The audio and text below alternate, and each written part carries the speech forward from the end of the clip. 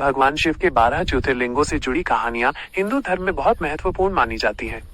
इन सभी ज्योतिर्लिंगों के पीछे अलग अलग पौराणिक कथाएं और मान्यताएं हैं, लेकिन इन सब का मूल एक ही है, भगवान शिव का प्रकाश स्तंभ के रूप में प्रकट होना। ज्योतिर्लिंगों की उत्पत्ति की प्रमुख कथा। शिव महापुराण के अनुसार एक बार भगवान ब्रह्मा और भगवान विष्णु के बीच अपनी श्रेष्ठता को लेकर विवाद हो गया। वे दोनों ही स्वयं को ब्रह्मांड में सर्वोच्च साबित करने में लगे थे। इस विवाद को सुलझाने के लिए भगवान शिव एक विशाल अनंत प्रकाश स्तंभ ज्योतिर्लिंग के रूप में प्रकट हुए, जिसने तीनों लोकों को भेद दिया। शिव ने ब्रह्मा और विष्णु से कहा कि जो कोई भी इस प्रकाश स्तंभ के आदि या अंत को ढूंढ लेगा वही सर्वोच्च होगा। भगवान ब्रह्मा हंस के रूप में ऊपर की ओर गए और भगवान विष्णु वराह जंगली सुअर के रूप में नीचे की ओर गए। भगवान विष्णु लंबे समय तक नीचे जाने के बाद भी ज्योतिर्लिंग के अंत को नहीं खोज पाए और अपनी हार स्वीकार कर ली। लेकिन भगवान ब्रह्मा ने ऊपर जाकर झूठ कहा कि उन्होंने ज्योतिर्लिंग के शीर्ष को ढूंढ लिया है और इसके प्रमाण के रूप में केतकी के फूल को भी अपनी बात का साक्षी बनाया। ब्रह्मा के इस झूठ से भगवान शिव क्रोधित हो गए और अपने मूल रूप में प्रकट हुए। उन्होंने ब्रह्मा को श्राप दिया कि उनकी पूजा नहीं की जाएगी और केतकी के फूल को भी श्राप दिया कि उसे कभी भी शिव पूजा में उपयोग नहीं किया जाएगा। भगवान विष्णु की ईमानदारी से प्रसन्न होकर शिव ने उन्हें हमेशा पूजे जाने का आशीर्वाद दिया।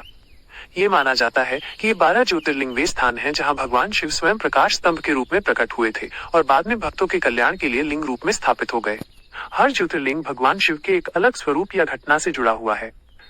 प्रमुख 12 ज्योतिर्लिंगों से जुड़ी कुछ विशेष कहानियां। 1. सोमनाथ ज्योतिर्लिंग, गुजरात। कथा। चंद्रदेव को दक्ष प्रजापति का श्राप मिला था, जिससे उनका तेज क्षीण हो रहा था। चंद्र ने भगवान शिव की घोर तपस्या की और भगवान शिव सोमेश्वर चंद्रमा के स्वामी के रूप में प्रकट हुए और उन्हें श्राप से मुक्ति दिलाई। यहीं पर सोमनाथ ज्योतिर्लिंग स्थापित हुआ। 2. मल्लिकार्जुन ज्योतिर्लिंग, आंध्र प्रदेश। कथा। ये ज्योतिर्लिंग भगवान शिव और देवी पार्वती के पुत्र कार्तिकेय से संबंधित है। एक बार कार्तिकेय कैलाश छोड़कर चले गए थे। शिव और पार्वती उन्हें मनाने के लिए इस स्थान पर आए और मल्लिकार्जुन के रूप में स्थापित हुए। यहाँ मल्लिकार्जुन शिव और भ्रामरांबा पार्वती का वास है। 3. महाकालेश्वर ज्योतिर्लिंग, मध्य प्रदेश। कथा। उज्जैन में दूषण नामक एक राक्षस का आतंक था। उसने शिव के भक्तों को परेशान किया। राजा चंद्रसेन और अन्य शिव भक्तों की पुकार पर भगवान शिव ने महाकाल के रूप में प्रकट होकर दूषण का वध किया और भक्तों की रक्षा के लिए यहीं स्थापित हो गए। 4. ऐकारेश्वर ज्योतिर्लिंग, मध्य प्रदेश। कथा। यह ज्योतिर्लिंग नर्मदा नदी में एक द्वीप पर स्थित है, जिसका आकार आम जैसा है। पौराणिक कथा के अनुसार विंध्य पर्वत ने भगवान शिव की तपस्या की थी और उनसे यहीं निवास करने का अनुरोध किया था।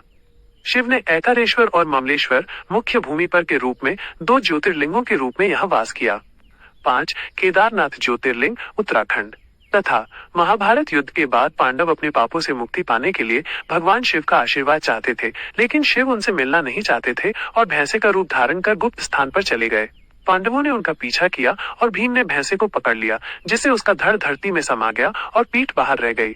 यहीं पर केदारनाथ ज्योतिर्लिंग स्थापित हुआ। 6. भीमाशंकर ज्योतिर्लिंग, महाराष्ट्र। कथा। कुंभकर्ण के पुत्र भीम नामक एक राक्षस ने भगवान विष्णु से प्रतिशोध लेने के लिए राजा सुदक्षिण को बंदी बना लिया। राजा ने पार्थिव शिवलिंग बनाकर महादेव की घोर तपस्या की।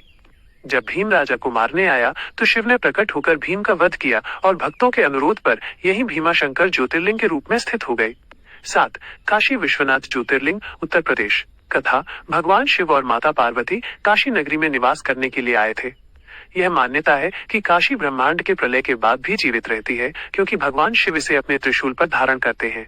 यहीं पर शिव विश्वनाथ के रूप में विराजमान हुए। 8. त्र्यंबकेश्वर ज्योतिर्लिंग, महाराष्ट्र। कथा।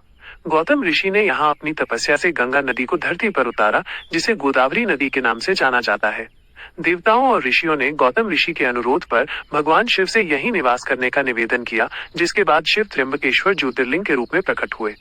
9. वैद्यनाथ ज्योतिर्लिंग, झारखंड।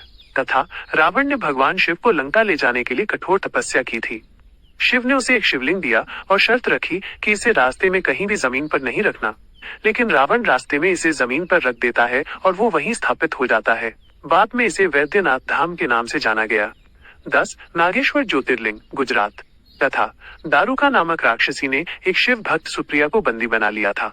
कारावास में सुप्रिया ने शिव की घोर तपस्या की। शिव प्रकट हुए, राक्षसों का वध किया और सुप्रिया के अनुरोध पर यही नागेश्वर ज्योतिर्लिंग के रूप में स्थिर हो गए। 11. रामेश्वरम ज्योतिर्लिंग, तमिलनाडु।